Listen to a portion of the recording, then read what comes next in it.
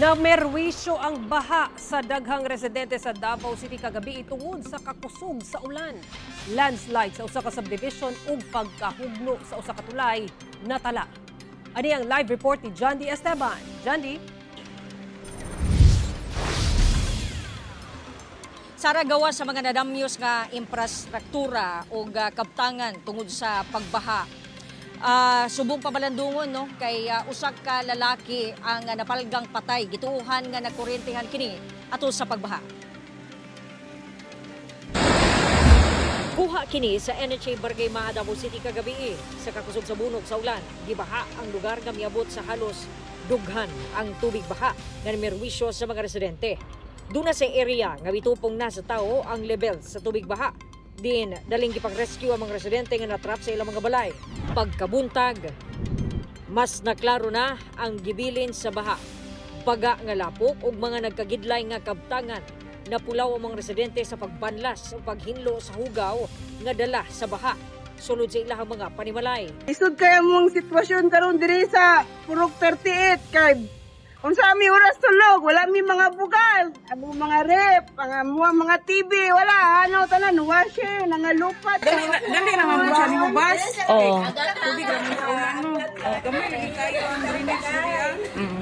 Muning ang tubig mo ana jud sa mga balay yun. Sa padili ng tubig. Biya gikat. At taga-asa ang tubig, sir? Nan lampas tao na oy. Magkayag tabok diri.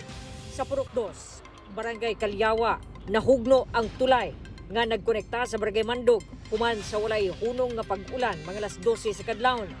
Pangitaan na lang naman parang para makatabot ni celebration sa graduation sa kumangkot kagapon tapos karon ang ulan. Ang uban sa sapa na nangagi ug mikatkat na sa bakilid aron makalahos. Sumala kang Kapitan Renante Gumahin sa Barangay Kalyawa, moabot sa 7,000 ka residente ang apektado sa pagkahugno sa tulay. Aron makalusot padulong sa sentro sa Davao City, kinahanglan pang mutuyok ang mga residente sa barangay Katualan sa Parabo City, Davao del Norte, alang sa light vehicles ug moagi sa City o Manaklay, Barangay Kalyawa. Para mga truck didto kini moagi sa Barangay Pangyan sa Kalinan District. Ang public ni ba itong naabutan ako sa POW sa district engineer sa 2nd district, worth ni 100 million. Kaya upstream ug downstream, itahan ako pasipile na ko para protection ng kilid man nang nagdilbos tower ba. Pero hangtod karon mangyapi aksyon, wala di kwarta. Anong problema na to?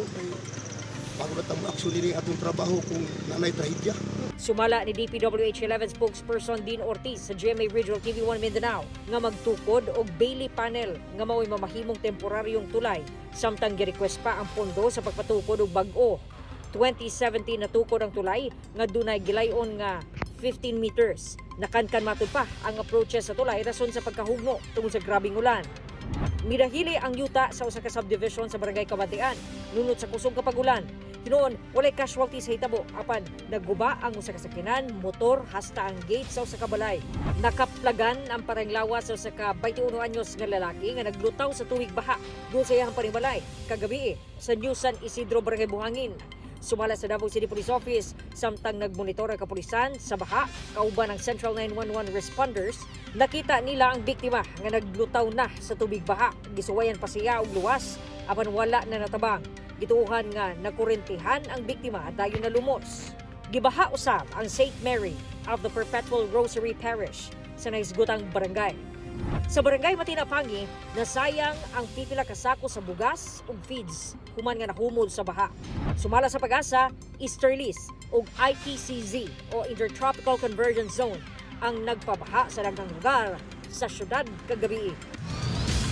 Sara, nagpadala na og pasiunang tabang ang Davao City Social Welfare and Development Office sa mga nabahaan sa syudad. Sumala sa CDRRMO, 347 ka banay o 1,437 ka individual ang apektado sa 11 ka barangay. Nagparayon pa ang evaluation sa ilang mga district offices sa mga apektadong residente o ang ilahang assessment alang sa posible nga financial assistance sa mga apektadong residente. Ilabi pa nga dunay mga nadamyos nga mga balay. Sara. Okay, daghang salamat, John D. Esteban.